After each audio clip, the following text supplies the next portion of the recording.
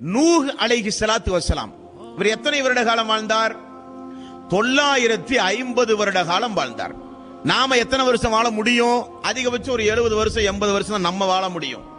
ஆனா கடந்த காலங்களில் எல்லாம் நபிமார்களுக்கு அதிகப்படியான ஆயுள்களை அல்லாஹ் ரப்புல் ஆலமீன் கொடுத்திருந்தான். 1000ற்கு 50 வருடம் தான் கம்மி. 950 வருட காலம் வாழ்ந்த ஒரு இறை தூதர் தான் நூஹ் அலைஹிஸ்ஸலாத்து வஸ்ஸலாம். மிகப்பெரிய ஒரு பொறுமையான நபியும் கூட. சமூக மக்களால் எல்லா நிலைகளிலும் புறக்கணிக்கப்பட்ட ஒரு இறை தூதர்.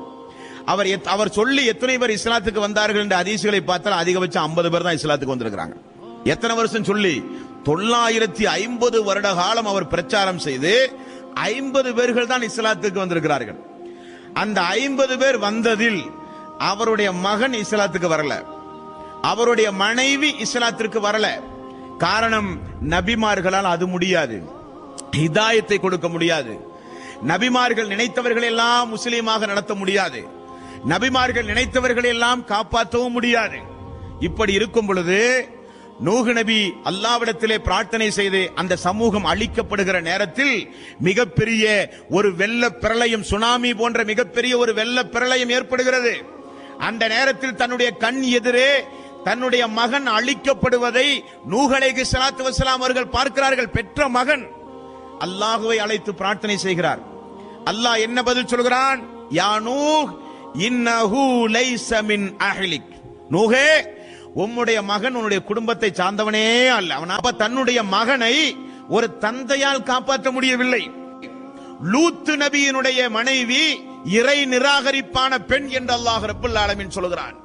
அப்போ நபிமார்கள் தங்களுடைய குடும்பங்களை சுயமாக காப்பாற்ற முடியாது, அல்லாஹ் நாடினாலே தவிர, அல்லாஹ் உதவி செய்தாலே தவிர.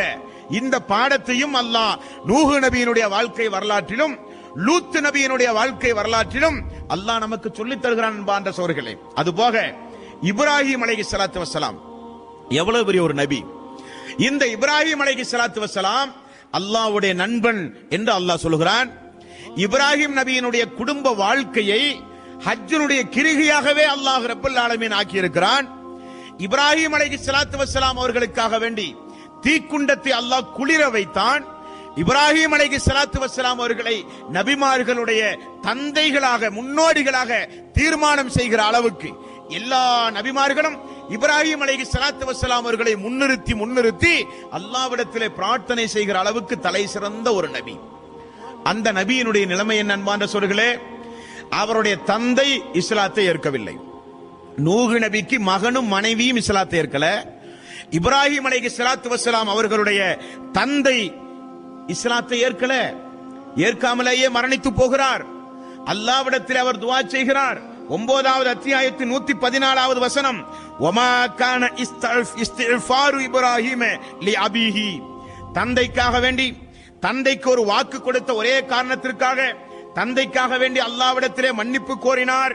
இல்ல அன் மௌஇதத்தன் வஅதஹா இய்யாஹு ஃபலம்மா தபய்யன லஹு அன்னஹு அதுவுன் லில்லாஹி தபர்ரஅ மின்ஹு. தன்னுடைய தந்தைக்கு ஒரு வாக்கு கொடுத்த ஒரே காரணத்திற்காக வேண்டி தந்தைக்காக வேண்டி அல்லாஹ்விடத்திலே பிரார்த்தனை செய்தார். ஆனால் தந்தை எப்பொழுது அல்லாஹுவை நிராகரிக்க ஆரம்பித்தாரோ அப்பொழுது பிரார்த்தனை செய்வதை விட்டும் இப்ராஹிம் நபி ஒதுங்கிக் கொண்டார். தந்தைக்காக வேண்டி துஆ செய்யவில்லை, தந்தை அவரால் காப்பாற்ற முடியவில்லை. மறுமை நாளில் அல்லாஹ் நரகத்திலே தூக்கி வீசுகிற பொழுது இப்ராஹிம் அலைஹிஸ்ஸலாத்து வஸ்ஸலாம் அவர்களால் அழத்தான் முடிந்ததை தவிர தந்தையை காப்பாற்ற முடியவில்லை நபிமார்களால். மகனை காப்பாற்ற முடியவில்லை நபிமார்களால். மனைவிமார்களை காப்பாற்ற முடியவில்லை நபிமார்களால். என்றால் அவுலியாக்கள் எப்படி நம்மை காப்பாற்றுவார்கள்? ஆன்மீகவாதிகள் எப்படி நம்மை காப்பாற்றுவார்கள்?